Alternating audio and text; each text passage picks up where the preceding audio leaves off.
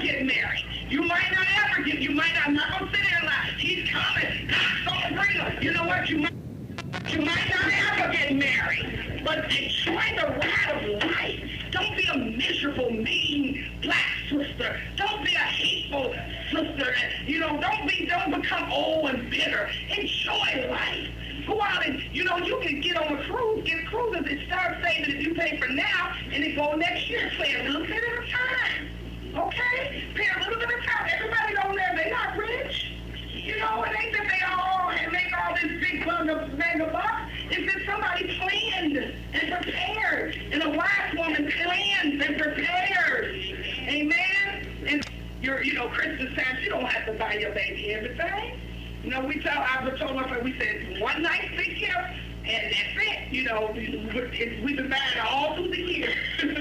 But you got to use wisdom. Don't use all your money for the baby at Christmas time. They're going to enjoy their gift for a few minutes, and it's going to be torn up. It's going to be torn up. Don't put all your money in it. Save some money out. Keep some man money. Y'all ever heard of that? That man money?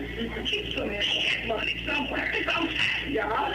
Keep some man. That man money is when things get mad ugly. You're keeping that man money. That's the way I got to go to the man money. All right?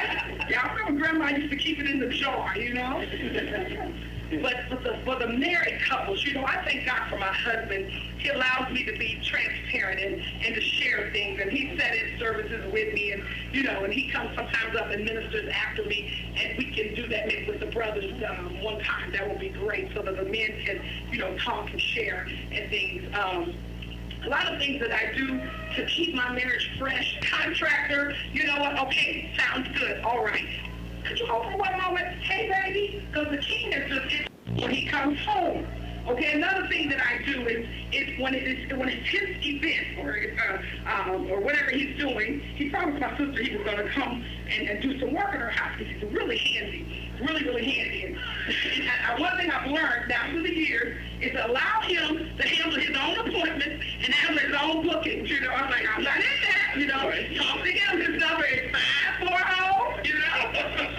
And because he's like, why you book that for me? Why you set that up for me? And then I've learned down through the years, so you got to learn your man. Now that might not be your man's thing, but you know what ticks him off, little things, little buttons.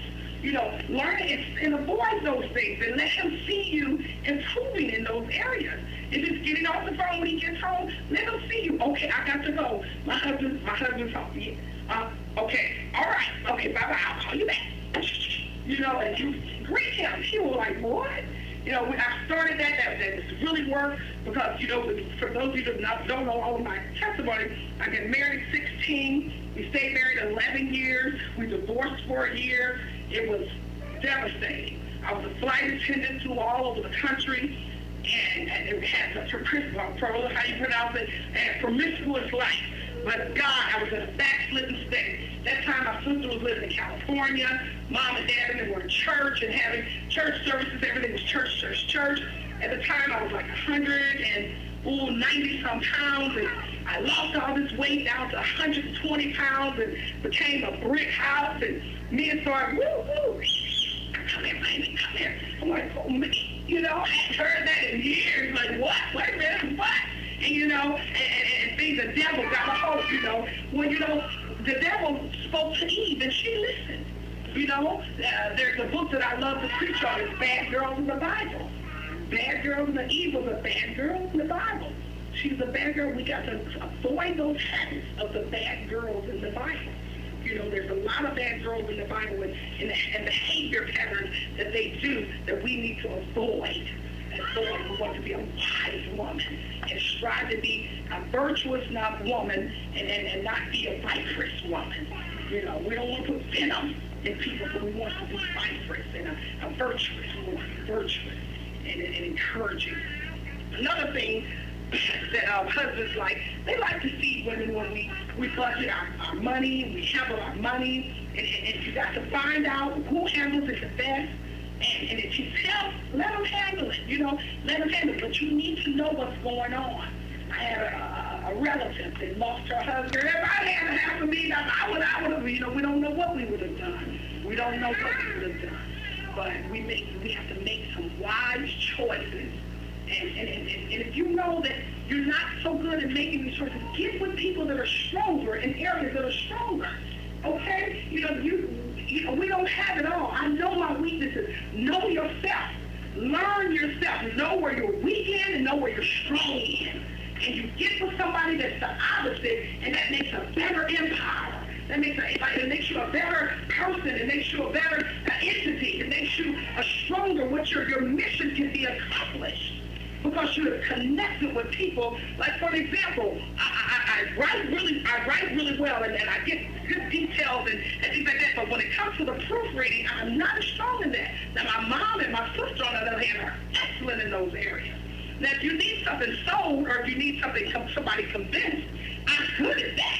But I'm not as good in this other. Learn yourself. Learn what you're good in and what you're not good in. And learn and get with friends that are better in areas than you are, so that you can become a powerful, powerful woman that you really, really are. You are so powerful. You are queens. You all are going somewhere with God because you got your pastor and your first lady and Sister Gertrude has a mission for the women, and they see that we need to come together and talk.